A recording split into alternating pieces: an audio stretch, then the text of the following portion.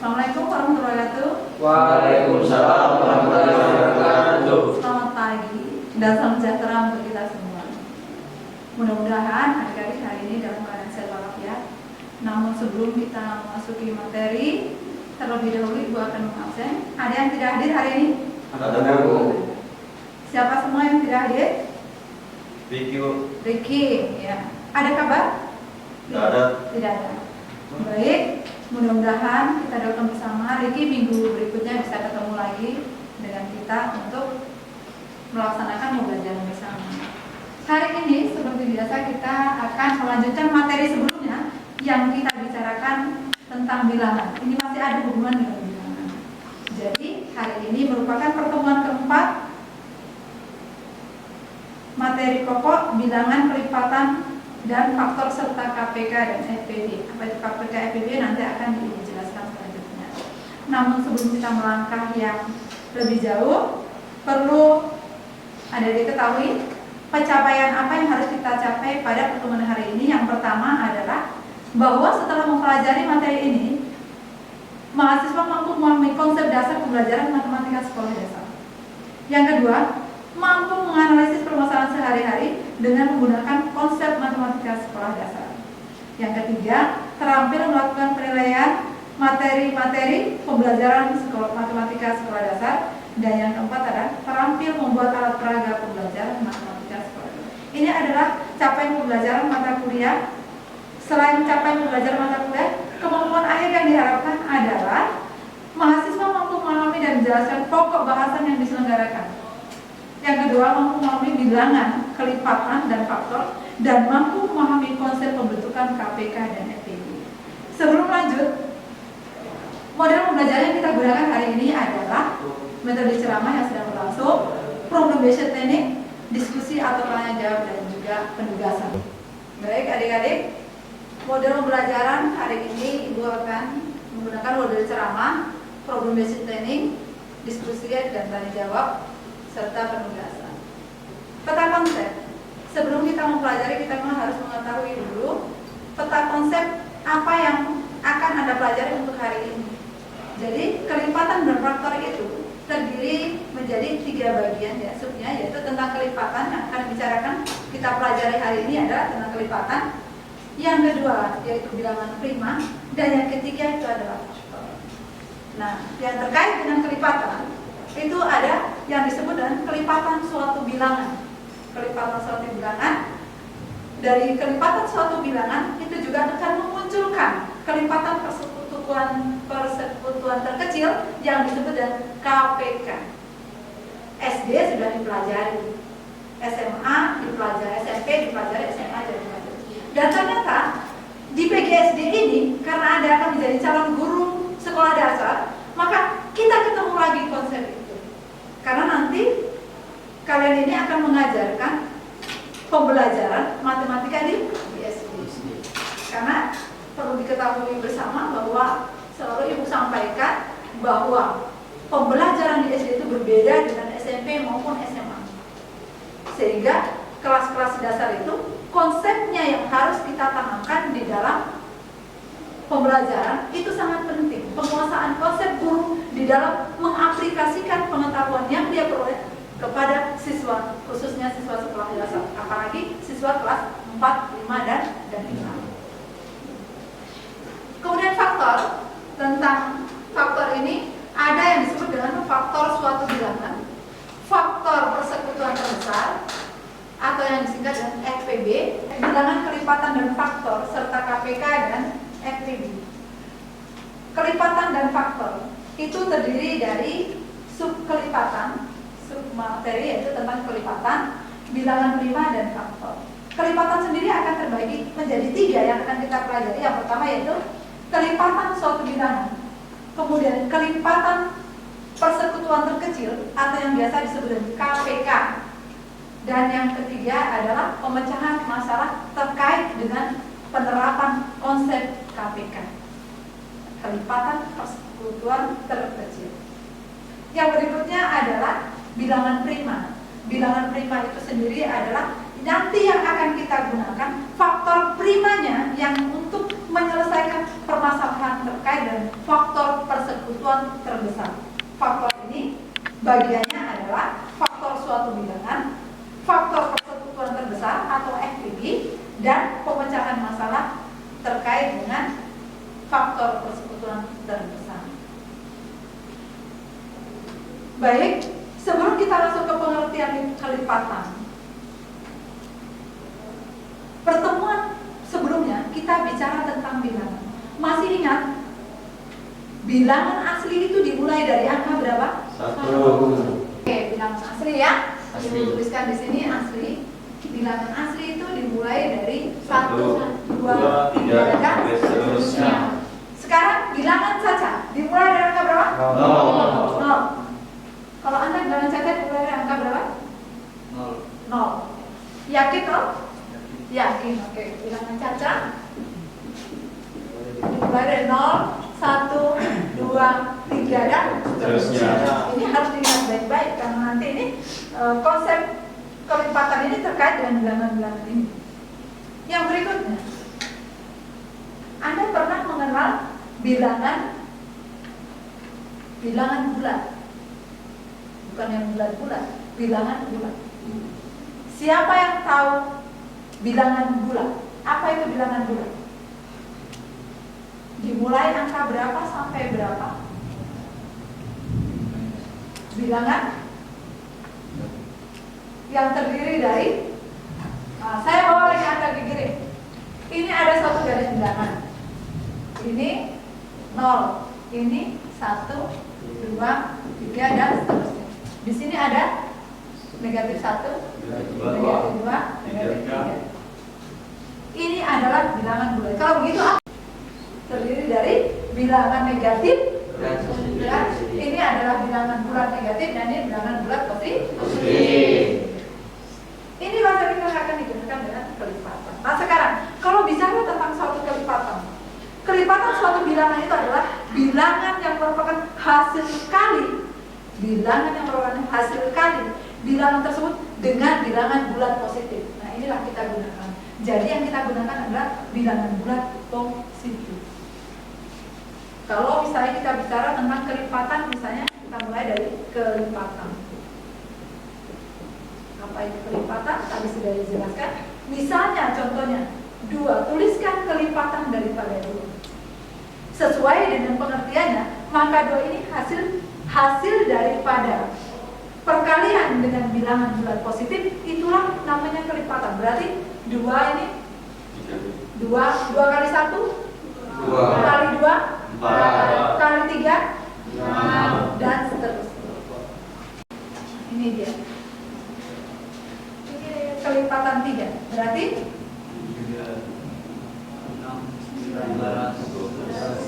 nah, seterusnya. Titik-titik ya. Oke. Kasih aplaus dulu untuk teman-teman. Jadi nanti Anda pada saat melakukan pembelajaran konsep matematika dasar di sekolah pendidikan dasar, setiap hasil kerja dari siswa itu harus diberi reward. Rewardnya itu tidak harus uang, tetapi tepukan tangan itu akan memberi motivasi kepada anak-anak di tingkat sekolah dasar. Dan seterusnya ya, bilang kelipatannya 3, bilang kelipatan 4 dan seterusnya. Nah, sekarang apa itu faktor? Faktor itu adalah pembagi habis dari suatu bilangan. Faktor adalah pembagi habis dari suatu bilangan. Nah, jika bilangan A habis dibagi oleh bilangan B, jika bilangan A habis dibagi bilangan B, maka dikatakan B adalah faktor daripada A. Bisa? Nah, contohnya misalnya, coba perhatikan contoh berikut. Mari kita coba menentukan faktor dari 12. Contohnya, faktor dari 12. Ada yang bisa bantu Ibu sesuai dengan pengertiannya? Maju. Silakan. Siapa yang bisa? Asya? Coba.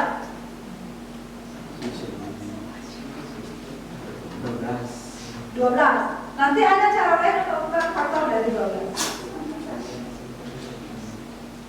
12 itu diperoleh dari apa, pembagian apa dan apa.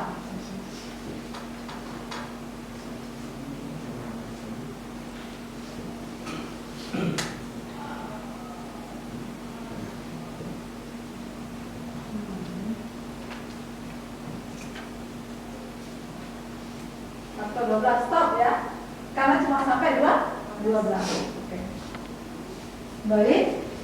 Ada yang kurang. Kenapa? Faktor dari 12 itu kalau kita berbicara tentang definisinya berarti adalah 12 itu adalah hasil kalian 1 kali 12, 2 kali 6, 3 kali 4, 12. Berarti itu semua. Maka yang dituliskan adalah faktor 12 itu sama dengan, kalau kita mau rinci, jadi kalau menjelaskan kepada siswa ini harus sedetail mungkin ya, harus sedetail mungkin. Kalau Anda saat ini bisa menyebutkan secepat itu, tetapi nanti siswa SD harus melalui hierarkinya, step by step, agar mereka paham bagaimana untuk menentukan faktor suatu bilangan. 1 kali 12 sama dengan 12, kemudian 2 kali 6 hasilnya 12. Kemudian 3 kali 4 hasilnya 12. Masih adakah bilangan lain yang bisa membagi?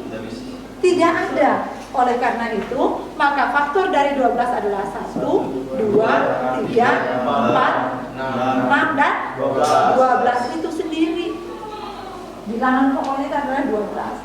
Seperti itu. Banyak cara yang Anda harus ketahui, bukan hanya satu cara. Kenapa? Karena siswa SD itu memiliki karakteristik yang sangat unik dan berbeda satu dengan yang lain daya serapnya. Kalau mungkin yang lain bisa menentukan dengan ini, yang lainnya mungkin dengan cara yang lain. Cara yang lainnya bagaimana? Dengan membuat pohon faktor. Kita buatkan seperti ini. 12, di sini 2, maka di sini berikan kalikan 1, 6, di sini 2, di sini 3. 6, 2 kali 6, 12. Ini 2 kali 3, 6. Atau tapi 6 kali 2 tetap 12. Ini adalah kalau misalnya dibuatkan dengan pohon faktor. Tapi karena kita cari hanya faktornya saja, maka perkenalkanlah seperti ini. Oke? Siap. Faktoran prima. Pemfaktoran prima ini adalah bilangan komposit yang dapat ditulis sebagai hasil kali semua pembaginya yang prima. Pembaginya adalah prima. Ada yang dua metode yang umum digunakan untuk menemukan semua faktor prima dengan bilangan komposit. Kita lihat sekarang begini.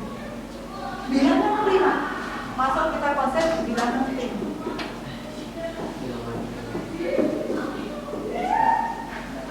Apa itu bilangan prima? Sendiri.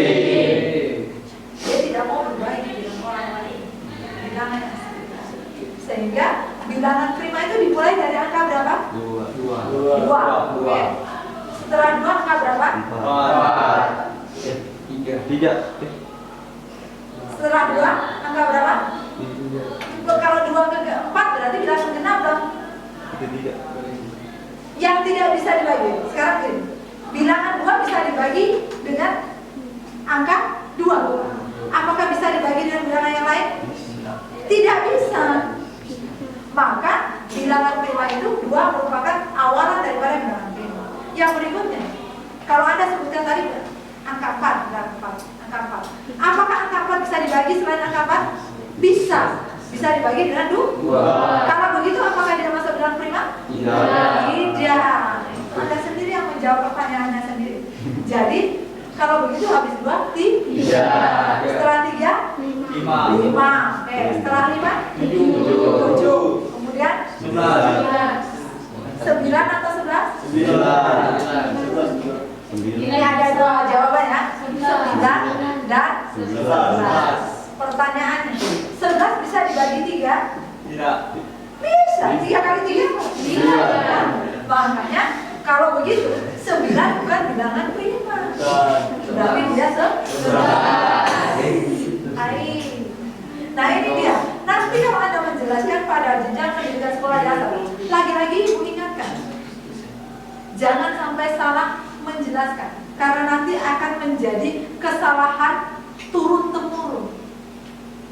Matematika itu harus dijelaskan secara sedetail mungkin berdasarkan hierarkinya. Seperti itu. Jadi sebelum Anda mengajarkan konsep pembelajaran matematika, kenapa pembelajaran matematika SD ini diulang kembali, pelajaran-pelajaran SD, hanya bagaimana Anda bisa menerapkan konsep itu nanti pada saat Anda turun di lapangan, Anda mampu membawakan pembelajaran matematika SD secara baik dan mudah dipahami oleh siswa. Berarti kalau kita tuliskan 180 di sini, ada yang bisa menentukan faktor primanya? Berdasarkan hasil penjelasan tadi, mungkin ada yang sudah bisa menangkap. Dikali berapa?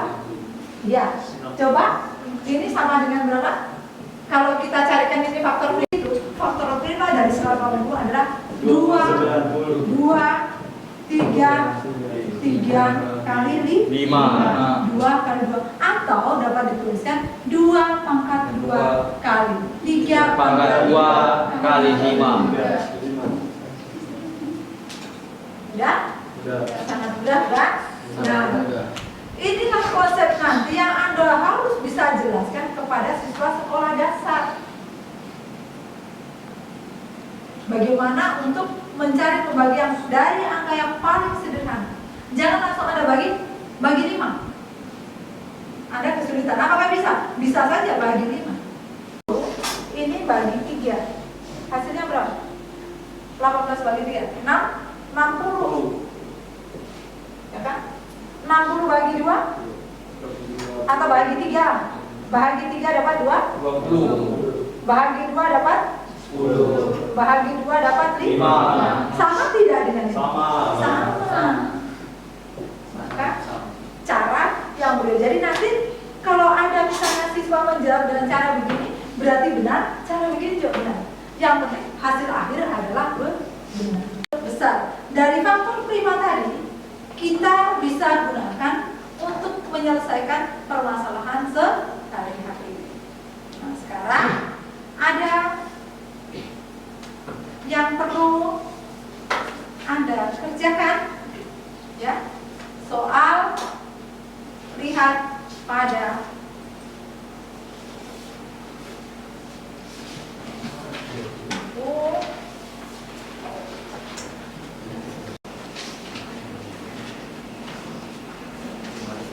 ya. Ada masalah yang bisa Anda selesaikan dengan konsep KPK dan FPD. Maka coba Anda kerjakan tulis yang berikut pada soal. Ya.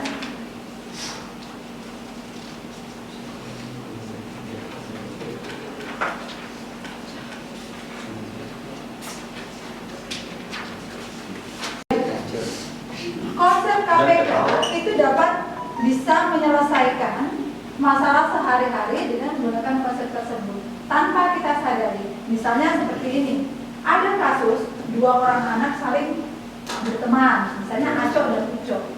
Hari pertama, ya, Aco itu memiliki hobi main layang-layang, tetapi bermainnya itu tidak tiap hari. Misalnya Aco bermain layang-layang setiap 10 hari sekali, berarti tiap hari. Sementara Uco bermain layang-layang tiap 25 hari sekali. Misalnya, ini misalnya ya. Nah, jadi punya hobi yang sama tetapi hari yang berbeda. Kalau kenapa tidak bersamaan harinya? Ya, kan kita mau menyelesaikan ini dengan menggunakan konsep KPK.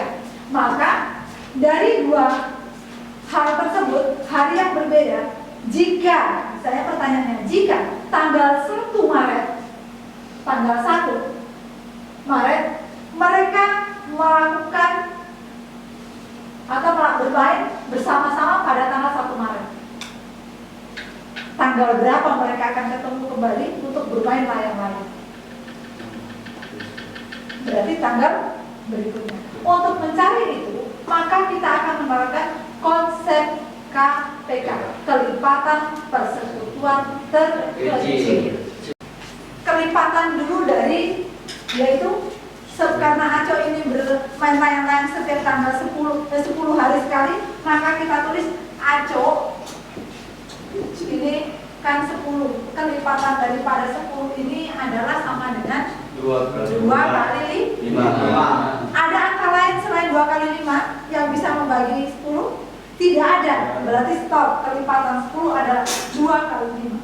Bagaimana dengan Uco? 25 hari sekali. Berarti kelipatan daripada 25. Berarti ada angka 5 kali 5.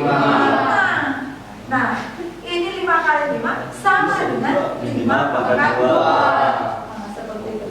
Nah, selanjutnya kita bisa tahu, kita mendapat KPK-nya ini adalah 5 pangkat 2 kali 2. Kenapa kali 2? KPK kelipatan persekutuan terkecil diambil adalah angka tertinggi dari bilangan yang sama.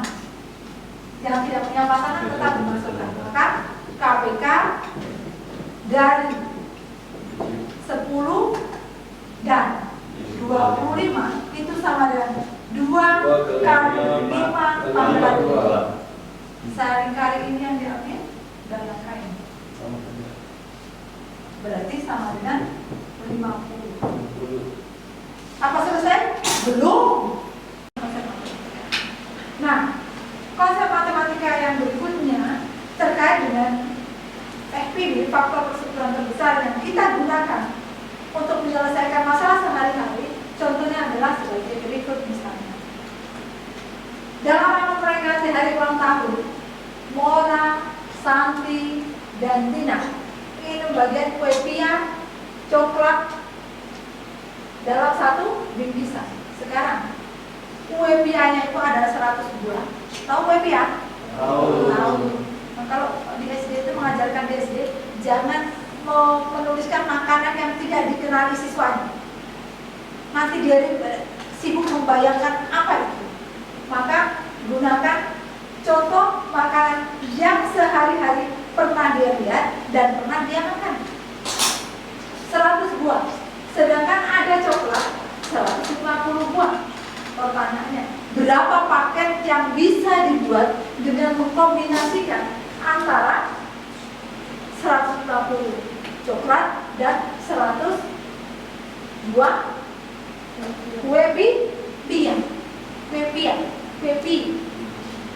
Kue pia itu isinya apa? Banyak isinya, ada coklat, kemudian sesuai dengan selera yang berikutnya.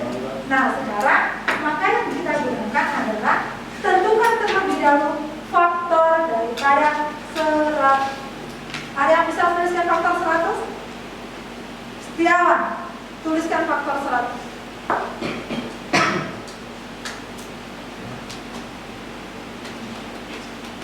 Ini biasa dihapus yang tetangganya itu. Silakan kami dulu.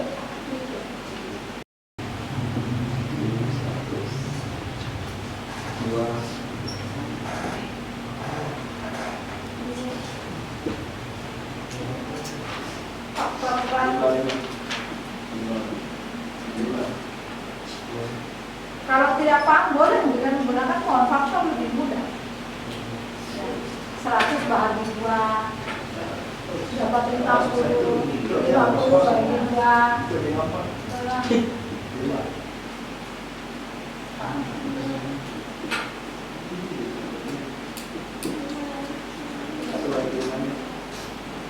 Semua ya, biarkan dulu dia bekerja. Betul? Betul? Salah. Siapa yang bilang betul? Tidak ada.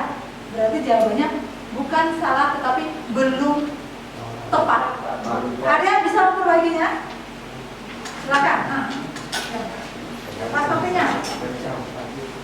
Oke.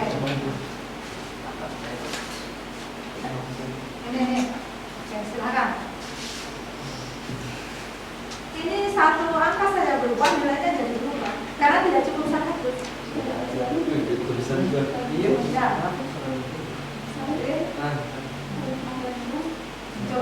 faktor 100 itu berangka berapa? Jadi tulis faktor 100, tulis di bawahnya. Faktor 100 sama dengan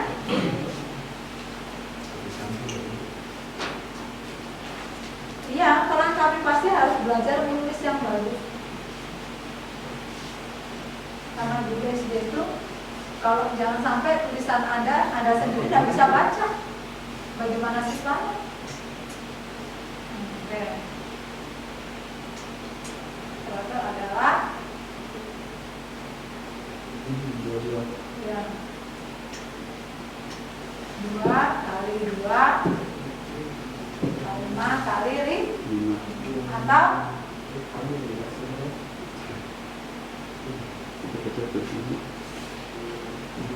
2 pangkat 2 kali 5 pangkat 2. Kita kasih hapus dulu. Sekarang berikutnya masuk pada tamu terbuka. Kalau tamu kenapa sedikit sekali? Ini kan contoh, bukan yang betul punya. Contoh artinya tidak menutup kemungkinan kalau misalnya di kehidupan yang nyata ada berapa paket, misalnya ada kue sekian, ada roti sekian, kemudian akan dibagikan, digabungkan dengan roti dan gula atau tepung dan mie misalnya, Anda sudah tahu menggunakan konsep ini. Jadi sebelum dibungkus sudah tahu, oh nanti akan jadi sekian bungkus bingkisan yang bisa dibuat dengan bahan yang disediakan. Jumlah paket yang akan dibagikan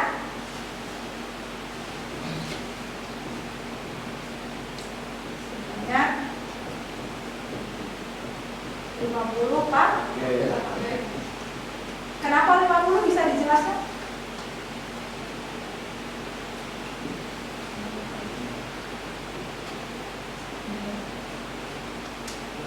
Kenapa duanya saja dibuat? Nah, ini adalah faktor persekutuan terbesar. Itu diperoleh dari kelipatan terkecilnya bilangan yang sama. Sekarang mana yang lebih besar? 2 pangkat 2 atau 2?